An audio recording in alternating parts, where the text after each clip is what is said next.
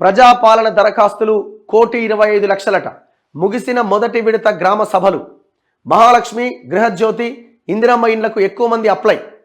కొత్త రేషన్ కార్డులు, ధరణి, ఇతర సమస్యలపైన భారీగా అర్జీలు.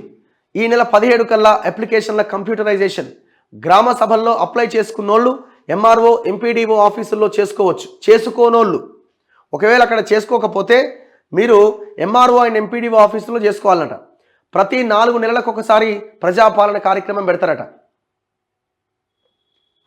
ఏమంటున్నారు? అర్హత ఉన్న ప్రతి కుటుంబానికి లబ్ధి. కుటుంబ యజమాని పేరు మీద దరఖాస్తులు స్వీకరించారు. అప్లికేషన్లో కుటుంబ సభ్యులందరి వివరాలు నమోదు చేసుకునేలా ఆప్షన్స్ ఇచ్చారు. ఈ లెక్కన ఒక కుటుంబం నుంచి ఒక దరఖాస్తు వచ్చినట్టుగా ప్రభుత్వం భావిస్తున్నది. అర్హత ఉన్న ప్రతి కుటుంబానికి 6 గ్యారంటీలు అమలు చేయాలని అనుకుంటున్నది.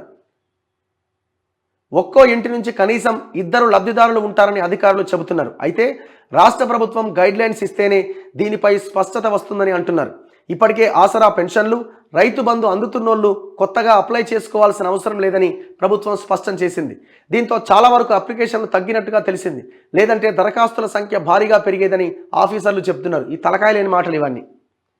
ఇప్పుడు రైతు బంధు ఆసరా పెన్షన్లు ఉన్నోళ్ళు అప్లై చేసుకోవాల్సిన అవసరం లేదు, అందుకే చాలామంది అప్లై చేసుకోలేదన్నది తలకాయ లేని మాట.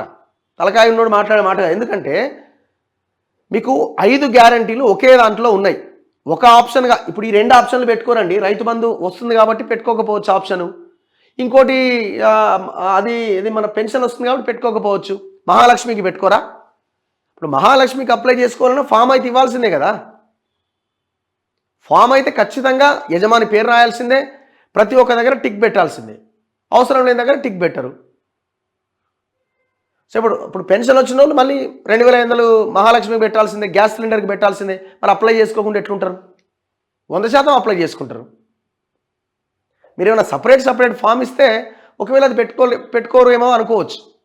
అన్నీ ఒకే దాంట్లో ఉన్నాయి కాబట్టి ఒకటి కాకపోతే ఇంకో దానికోసం అప్లై చేసుకుంటారు.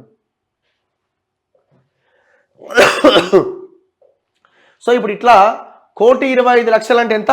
దాదాపు 1,25,00,000 కుటుంబాలు అప్లై చేసుకున్నాయన్నట్టు లెక్క.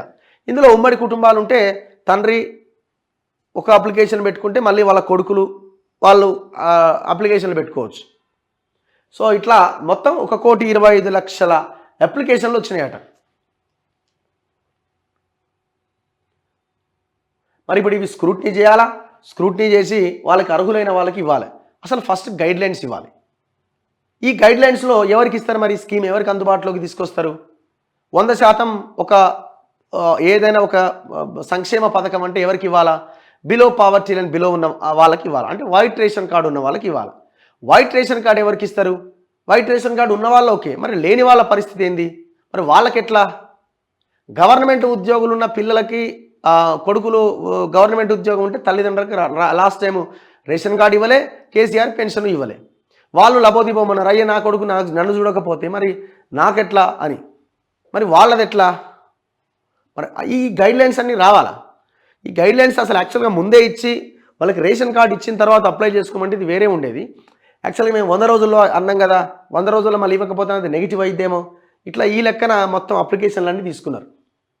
ఈ చాలా పారదర్శకంగా నిజాయితీగా స్క్రూటినీ చేసి అర్హులైన ప్రతి ఒక్కరికి ఈ పథకాలు ఇంప్లిమెంట్ చేయాలి. మళ్ళీ దీంట్లో ఒకరికి ఒక స్కీమ్ వచ్చిన తర్వాత రెండో స్కీమ్ వస్తుందా రాదా? ఇవన్నీ ఉన్నాయి.